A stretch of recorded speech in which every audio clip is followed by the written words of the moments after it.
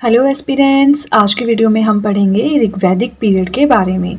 तो देखिए, previous video में हमने पढ़ा था कि वैदिक इरा क्या होता है। वैदिक इरा में आर्यंस आए, उनके बारे में पढ़ा, बेसिक इंट्रोडक्शन पढ़ी। फिर हमने ये जाना कि वैदिक इरा को हम दो पार्ट्स में डिवाइड कर सकते हैं। एक होता है अर्ली वैदिक इरा और एक होता है लेटर वैदिक इरा। अर्ली वैदिक इरा को हम ऋग्वैदिक इरा या ऋग्वैदिक एज, ऋग्वैदिक पीरियड इस नाम से भी जानते हैं। सो आज की वीडियो में हम वन एंड ओनली ऋग्वैदिक इरा के बारे में या ऋग्वैदिक पीरियड के बारे में बात करेंगे। नेक्स्ट जो भी हमारा फिर रहेगा, जब हमारा ऋग्वैदिक पीरियड कंप्लीट हो जाएगा एक दो वीडियोस के बाद, उसके बाद में फिर हम स्टार्ट करेंगे लेटर वैदिक इरा से। फाइन, तो चलिए स्टार्ट करते हैं। ऋग्वैदिक पीरियड का सबसे पहले तो टाइम पीरियड पता होना चाहिए, तो वो है 1500 से 1000 BC। एंड आपसे इस चीज़ की रिक्वेस्ट एक बार फिर से करना चाहूँगी कि पेपर पेन उठाएं और अपने नोट्स बनाना अभी से स्टार्ट करें, because believe me, entire preparation में आपकी नोट्स बहुत ही ज़्यादा बेनिफिशियल प्रूव होते हैं। सो जैसे कि मैंने आपको बताया, ऋग्वैदिक पीरियड का टाइम पीरियड है 1500 से 1000 BC एंड इसे अर्ली वैदिक पीरियड के नाम से भी जाना जाता है। अब हम पढ़ेंगे रीजन कि ये कौन से एरिया में फैला था, कौन से एरिया में क्या टाइम, वो सब हम जानेंगे। So the early Aryan settled in. अब देखिए, जो ये आर्यंस है इनके बारे में हम पढ़ चुके हैं। आर्यंस कहाँ से आए, अलग अलग हिस्टोरियंस ने अलग अलग थ्योरीज दी। फिर हम सेंट्रल एशियन थ्योरी जो है उसको सबसे ज़्यादा बेस्ट मानते हैं, मोस्ट एक्सेप्टेड, वाइडली एक्सेप्टेड है वो, है ना, वो सब हम पढ़ चुके हैं। सो अभी मैं इस चीज़ को मानूंगी, बिलीव करूंगी कि आपने प्रीवियस वीडियो देख लिया है, आपको आर्यंस के बारे में अच्छी खासी नॉलेज है, इसलिए हम उससे आगे चल रहे हैं आज। सो रीजन की बात हम कर रहे थे। The early Aryans settled in eastern Afghanistan, modern Pakistan, Punjab and parts of western UP. देखिए, तो जब भी आप प्रिपरेशन स्टार्ट कर रहे हैं गवर्नमेंट एग्जामिनेशन के लिए, तो आपके पास दो चीज़ें होना बहुत ज़्यादा ज़रूरी है। एक है वर्ल्ड मैप और एक है इंडिया का मैप। आपके पास में लगा होना चाहिए, या फिर एटलस है तो भी ठीक है, बट मैप अगर आसपास लगा है तो वो बहुत ज़्यादा सही रहता है प्रिपरेशन में। जैसे ईस्टर्न अफगानिस्तान आया तो आपको पता होना चाहिए इंडिया के साथ में पाकिस्तान की बाउंड्री है, थोड़ी सी बाउंड्री अफगानिस्तान के भी है। अगर हम पीओके को इंडिया का पार्ट मानते हैं तो हमें थोड़ा सा वहाँ से अंडरस्टैंडिंग हो जाएगी कि नॉर्थ वेस्टर्न पार्ट जो था इंडिया का, वहाँ पे आर्यंस आके सेटल हुए। फिर थोड़ा बहुत पंजाब का एरिया और थोड़ा सा जो है वेस्टर्न यूपी भी इन्होंने कवर किया था। नाउ दिस होल रीजन, अब पूरा का पूरा एरिया जहाँ पे ये रहते थे, इसे सप्त सिंधवा के नाम से भी जाना जाता है। That is land of 7 reverse, यानी 7 नदियों की जो ज़मीन थी या हिस्सा था ज़मीन का, सप्त सिंधवा के नाम से जाना जाता था। अब ये 7 रिवर्स कौन कौन सी हैं, यहाँ से क्वेश्चन आ सकता है कि ऋग्वैदिक इरा में जो सप्त सिंधु इनका 7 रिवर्स का मेंशन है, उनमें से कौन सी फॉलोइंग जो है वो है या नहीं है, इस तरह से जो भी क्वेश्चन बना के। तो ये आपको पता होना चाहिए। द इंडस, इसे सिंधु नदी भी कहते हैं, the Saraswati, the Jhelum, the Chenab, Ravi, Beas and Sutlej. Right, so ये हमने रीजन वाला पार्ट इनका पढ़ लिया। अब हम आगे चलेंगे और पॉलिटिकल ऑर्गेनाइजेशन, यानी कि ऋग्वैदिक इरा, यानी कि 1500 से 1000 BC के टाइम पीरियड के बीच पॉलिटिकल ऑर्गेनाइजेशन कैसी थी। तो मोनार्कियल फॉर्म था, मतलब राजा का रूल चलता था, ठीक है। जो ट्राइब होती है, कॉमन लोग होते हैं, उन्हें जन कहा जाता था। जो किंग होता है, राजा, उसे राजन कहा जाता था। राजा क्या होता था, लीडर इन बैटल, कहीं भी युद्ध हो रहा है उसमें राजा नेतृत्व करता था, नेता होता था। And protector of tribe, tribe को प्रोटेक्ट करना ये भी राजा का ही काम था। राजा नहीं, हम यहाँ पे राजन कहेंगे। Right, and office not hereditary. अब देखिए, हम आगे चल के, जैसे मैंने मिडिवल इंडिया कंप्लीट करवा दिया है, तो उसमें क्या होता था, राजा का बेटा ही राजा बनेगा। मुगल एम्पायर हमने पढ़ा है, तो अकबर का जो पुत्र था वो बेटा था जहांगीर, है ना, तो वही राजा बना। तो राजा का बेटा राजा बनेगा, ये सिस्टम बाद में आया। उससे पहले ये जो ऑफिस था ये हेरिडेटरी नहीं था। जो भी इंसान कैपेबल होता था उसे राजा बनाया जाता था। प्रॉपर इलेक्शंस होते थे। जो बहुत सारे जो वर्चुअस लोग होते हैं, लर्न पीपल होते हैं, पढ़े लिखे गुणी व्यक्ति होते हैं, वो इसका चयन करते थे कि कौन राजा बनेगा, है ना।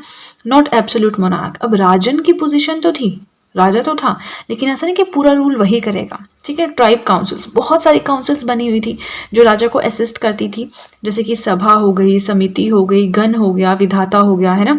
सो हम यहाँ पे सभा और समिति के बारे में पढ़ेंगे क्योंकि ये थोड़ी सी ज़्यादा इंपॉर्टेंट है बाकी सबसे। और आगे चलने से पहले आपको एक चीज़ बताना चाहूँगी, अगर अब आप चाहें तो मेरी हैंड रिटन नोट्स को परचेज भी कर सकते हैं। उसके लिए आपको क्या करना है, डिस्क्रिप्शन बॉक्स में मैंने एक लिंक दिया है, उस लिंक पे जाके क्लिक करना है।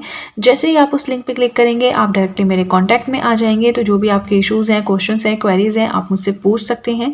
प्राइसिंग डिटेल्स मैं आपको बता दूंगी, एंड बिलीव मी, बहुत ही ज़्यादा अफोर्डेबल रेट पर आपको नोट्स मिल जाएंगे, तो ऐसा कोई इशू नहीं है। Right, so fine. Yes, one more thing, हमेशा मुझे अभी ध्यान में आया कि ऐसे मैसेजेस भी आते हैं कि मैम हमें वर्ल्ड ज्योग्राफी चाहिए या इकोनॉमिक्स चाहिए या फिर एंशिएंट हिस्ट्री चाहिए। तो देखिए 3 सब्जेक्ट्स तो राइट नाउ मैंने ये तीनों की सीरीज़ स्टार्ट की हुई है, तो अभी ये कंप्लीट नहीं है। बट अगर आप चाहते हैं तो आपको डेली सब्सक्रिप्शन बेसिस पे मिल जाएगा। उसका मतलब है कि जितने नोट्स अभी तक कंप्लीट हुए हैं वो आपको in the PDF form provide करवा दिए जाएंगे। उसके अलावा जैसे जैसे मैं वीडियो अपलोड करूँगी तो जिस भी सब्जेक्ट के आप सब्सक्रिप्शन लेते हैं आपको उसी टाइम पे वो जो उसकी पीडीएफ बना के 1 या 2 पेजेस के जितने भी वीडियो अपलोड होगी उसका डेटा आपको राइट नाउ प्रोवाइड करवा दिया जाएगा। ठीक है, अगर आप इकट्ठा लेना चाहते हैं तो जब पूरा का पूरा सब्जेक्ट खत्म होगा आपको तब तक वेट करना पड़ेगा और उसके बाद ही आप परचेज कर सकते हैं। फाइन, थोड़ी ज़्यादा बातें हो गई। हम बात कर रहे थे पॉलिटिकल ऑर्गेनाइजेशन ऋग्वैदिक पीरियड यानी कि अर्ली वैदिक पीरियड की। हमने जाना वहाँ पे ट्राइब काउंसिल्स होती हैं, सभा समिति गण एंड विधाता। अब हमें पढ़ना है सभा और समिति के बारे में। सो सभा का क्या है, लर्नड एंड वर्चुअस मैन, बहुत ही पढ़े लिखे गुणी व्यक्ति इसमें रहते थे। परफॉर्म्ड जुडिशियल फंक्शंस, जो न्याय से संबंधित जो भी काम होते थे वो सभा के लोग ही परफॉर्म करते थे। इवन वुमेन कुड अटेंडेड, यहाँ पे जो औरतें होती थी, महिलाएं होती थी, वो भी इसे अटेंड कर सकती थी। इसके बाद अगर बात करें, इसके बाद में आता है समिति की। समिति का क्या रोल रहता है, राइट। सो इसमें आता है that all tribesman could attended, जितने भी ट्राइब में लोग हैं हर कोई समिति को अटेंड कर सकता है। Its main function to elect and re-elect raja. Main काम एक तरह से इलेक्शन की तरह बोल लीजिए, आपकी वोट कौन दे सकता है, जो भी 18 साल का है, तो वैसे समिति में कौन जा सकता है, जो भी ट्राइब का आदमी है। ठीक है, अब इनका काम क्या था, राजा को इलेक्ट करना, अगर राजा सही से काम नहीं कर रहा था तो किसी और राजा को इलेक्ट करना, इस तरह से, right. No regular revenue system, जो रेवेन्यू सिस्टम था वो कोई रेगुलर नहीं था। ठीक है, कि पर मंथ सैलरी मिलेगी ऐसा कुछ नहीं था। The kingdom was maintained by the voluntary tribute that is Bali of his subjects. Kingdom maintain कैसे होता था, कहीं भी जाएंगे आक्रमण करेंगे, वहां से जो भी इनको लूटपाट करके पैसा मिलेगा वो उनका, या फिर कोई बहुत अमीर है ट्राइब का कोई आदमी, वो थोड़ा सा ट्रिब्यूट देता है राजा को, तो उसे बाली कहते थे, उससे भी जो है किंगडम का खर्चा चलता था। व्रजपति कौन होता था, an officer who enjoyed authority over the pasture land. ये जो चरागाह वगैरह होते हैं जहाँ पे अपने पशुओं को चराते हैं, है ना, तो वो जो भी ज़मीन होती थी उसके ऑफिसर जो होता था उसे कहते थे व्रजपति। ठीक है, सो हमारा फर्स्ट पेज हो गया कंप्लीट, जिसमें हमने जाना राजन के बारे में, पॉलिटिकल ऑर्गेनाइजेशन के बारे में। अब इससे आगे चलने से पहले आपको एक चीज़ और बताना चाहूँगी। देखिए मैंने इंस्टाग्राम पे भी अकाउंट बना लिया है, तो अगर आप इंस्टाग्राम पे मुझे फॉलो करना चाहते हैं तो मैंने डिस्क्रिप्शन बॉक्स में लिंक दिया है, आप वहाँ पे जाकर मुझे फॉलो कर सकते हैं। प्लस बहुत सारे ऐसे मैसेजेस मुझे पहले आते थे कि मैम इंस्टाग्राम पे अकाउंट बनाइए ताकि हम आपसे डायरेक्टली कांटेक्ट में आ सकें, तो बस वही मेरा एक मेन मुद्दा था कि आप लोग मुझसे कांटेक्ट में आ सकें। देखिए वहाँ पे पर्सनल बातें तो नहीं हो पाएंगी क्योंकि मैंने कई ऐसे मैसेजेस देखे, मैम आप कैसे हैं, ये वो, ऐसा तो नहीं, बट इनकेस आपको गाइडेंस चाहिए या कुछ भी अगर ऐसा कुछ इंपॉर्टेंट है तो हाँ मैं ज़रूर रिप्लाई करूँगी। सो चलिए, रीजन पढ़ लिया, पॉलिटिकल ऑर्गेनाइजेशन पढ़ लिया, अब चलते हैं नेक्स्ट पेज की तरफ। नेक्स्ट यहाँ पे क्लैंस के बारे में बताया है कि बहुत सारी क्लैंस जिन्हें विश भी कहा जाता था वो मिलकर बनाते थे ट्राइब। ठीक है, द बेसिक सोशल यूनिट क्या था, कुला मतलब फैमिली, मतलब छोटी छोटी बहुत सारी फैमिलीज को मिलके क्लैंस बनती थी, क्लैन से मिलकर ट्राइब्स बनती थी। कुलापा कौन होता था, कुलापा होता था head of the family, family का हेड, राइट। किंग, अब जो राजा होता था he was assisted by a number of officers, बहुत सारे ऑफिसर्स होंगे तो वो राजा को असिस्ट करेंगे, बट इसमें सबसे इंपॉर्टेंट कौन था, पुरोहित था। सेकंड नंबर पे मोस्ट इंपॉर्टेंट कौन था, सेनानी था। सेनानी कौन होता है, leader of the army, army का जो लीडर होता था। ठीक है, मिलिट्री टेक्निक्स जो इनकी थी बहुत ज़्यादा एडवांस थी, इतनी एडवांस थी कि कहीं भी जाते थे लड़ने तो वहाँ पे हमेशा जीत ही जाते थे। ग्रामीणी का जिक्र यहाँ पे किया है, देखिए जो वर्ड्स हैं पुरोहित, सेनानी, कुलापा, कुला, ट्राइब, विश, ये हैं इंपॉर्टेंट जहाँ से क्वेश्चंस बनते हैं। ठीक है, ग्रामीणी कौन होती थी, विलेजेस वर हेडेड बाय, जो गांव होते थे उनकी हेड जो है वो ग्रामीणी होती थी। Use to represent village in sabha and समिति, सभा या समिति कहीं भी विलेज को रिप्रेजेंट करना है तो ग्रामीणी करती थी। ठीक है, हमने पॉलिटिकल ऑर्गेनाइजेशन पढ़ा, रीजन पढ़ा, अब हम आगे चल के पढ़ेंगे सोशल लाइफ, कि इनकी जो सामाजिक जिंदगी थी, जो इनका सामाजिक जीवन था वो कैसा था। तो देखिए आर्यंस जब आए, when Aryans entered India, already class division, जब आर्यंस इंडिया में आए उनमें खुद में ही बहुत ज़्यादा क्लास डिवीजन था। फिर वो आए, सेटल हुए यहाँ पे डार्क लोगों के बीच में, डार्क एबऑरिजिनल्स के बीच में, तो इससे क्या हुआ, ये जो क्लास डिवीजन था और बढ़ गया। जो यहाँ के लोग थे उनसे वो अपने आप को अलग मानते थे, अपने आप को सुपीरियर मानते थे। तो इससे क्या हुआ, धीरे धीरे एम्फेसाइज होने लगा प्योरिटी ऑफ ब्लड। आर्यंस मानते थे कि हमारा ब्लड प्योर है और ये जो है ये कम हमसे कम दर्जे के हैं, जो दास होते थे, जो डार्क एबॉरिजिनल, जो यहाँ के लोकल लोग होते थे, है ना, यहाँ के लोग किस थोड़े सांवले होते हैं।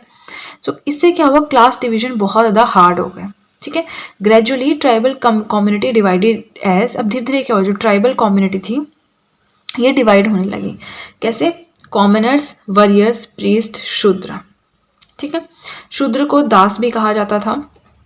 अब जैसे हमारे होते हैं ना इंडिया में, जो हिंदुओं में जो वर्ण सिस्टम है, जो हम पढ़ते हैं ना, वैश्य शूद्र, वो सब जो हम पढ़ते हैं, क्षत्रिय वैश्य शूद्र, ये सब जो भी है, तो ऐसा ऐसा ही कुछ था इनका। ठीक है, वर्णा जो होता है, वर्ण जो हम बोलते हैं, इसका मतलब होता था colour.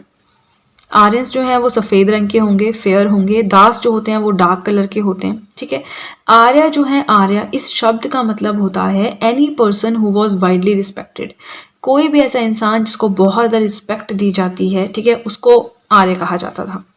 Now basic unit of society, जो सोसाइटी है उसका बेसिक यूनिट क्या था, फैमिली था, ये हमने पढ़ लिया। पैट्रियार्कल फॉर्म की फैमिली थी, मतलब जो हेड होता था वो मेल होता था, जैसे होता है ना आदमियों की चलती है घर में, तो वो वाला सिस्टम था। बट इस टाइम पे एक चीज़ बहुत अच्छी थी, ऐसा नहीं था वुमेन्स की हालत ख़राब थी। Women enjoyed equal power as man, औरतों को जो है इक्वल स्टेटस मिलता था जैसे कि आदमियों को मिलता था, तो काफ़ी अच्छा पॉइंट था ये। बट आगे आगे जैसे हम हिस्ट्री में चलते जाएंगे ना, तो होता क्या है कि टाइम के साथ मॉडर्नाइजेशन आती है, टाइम के साथ अब हमारा स्टैंडर्ड बढ़ता है, लेकिन ये चीज़ जो वुमेन के जो पावर था, जो उनका स्टेटस था, वो गिरता गया है टाइम के साथ। मैरिजेस की बात करें तो मोनोगैमस थी, मैरिंग वन पर्सन, मतलब एक आदमी एक से शादी करेगा, वो वाला सिस्टम था।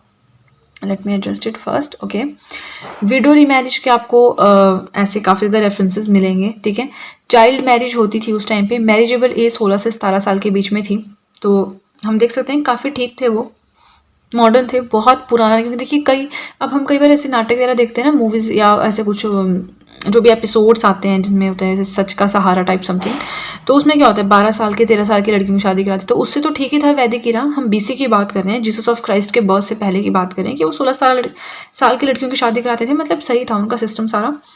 सो आर्यंस वर फॉन्ड ऑफ, उनको क्या क्या चीज़ें पसंद थी, सोमा, सूरा, फूड एंड ड्रेसेस, ये सब उनको बहुत ज़्यादा पसंद था।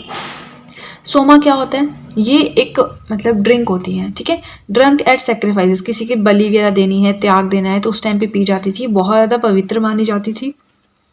सूरा क्या होती है, भी ड्रिंक होती थी, प्योरली सेक्युलर, धर्मनिरपेक्ष होती थी, एंड मोर पोटेंट, पोटेंट होता है मतलब ज़्यादा इफेक्ट, ज़्यादा प्रभावशाली होती थी, है ना। तो मतलब सोमा सूरा यहाँ से क्वेश्चन आ सकता है। फूड, खाने का बहुत शौक था, ड्रेसेस पहनते थे अच्छी अच्छी, right. These people loved music, इनको म्यूजिक बहुत पसंद था। देखिए क्वेश्चन यहीं से आएंगे कि वर्ण का मतलब क्या है, आर्य का मतलब क्या है, बेसिक सोशल यूनिट क्या था, मैरिज किस तरह की होती थी, मैरिजेबल एज क्या थी, क्या विडो रीमैरिज ऋग्वैदिक इरा में होती थी या नहीं होती थी, क्वेश्चन यहीं से बनते हैं और कुछ नहीं है। ठीक है, दीज पीपल लव्ड म्यूजिक, इनको गाना बजाना बहुत पसंद था। प्लेड फ्लूट ल्यूट ये सब प्ले करते थे। सिंगिंग डांसिंग का बहुत शौक था। गैम्बलिंग का इनको बड़ा शौक था। गैम्बलिंग का अगर आपको ध्यान आ रहा हो, आपने एंशिएंट हिस्ट्री की मेरी सारी वीडियोस देखी हो तो आपको याद होगा, इंडस वैली सिविलाइजेशन में भी हमने ये चीज़ पढ़ी थी। चेस खेलना, गैम्बलिंग, ये बहुत ज़्यादा शौक था उस टाइम के लोगों को। These people enjoyed chariot racing, chariot होता है रथ पे बैठ के जो रेस होती है, उसका बड़ा शौक था। नेक्स्ट आता है बोथ मैन एंड वुमेन वोर ऑर्नामेंट्स, चाहे आदमी है औरत है सभी जो है वो ऑर्नामेंट्स पहनते थे। अब देखिए जो ऋग वैदिक एरा है इसमें सिर्फ इतना ही नहीं है, इकोनॉमी आती है, पूजा वगैरह का आता है, किस तरह की मैरिजेस होती हैं वो आता है, बट अगर वो सारा मैं एक ही वीडियो में कवर करती तो वीडियो बहुत लंबी हो जाती।